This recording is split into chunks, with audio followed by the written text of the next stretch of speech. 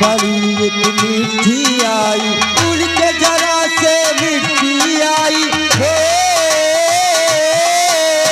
नाम मेरे एक चिट्ठी आई, चिट्ठी आई। उसने मेरे दिल को धड़काया, मैं परदेसी घर वापस आया।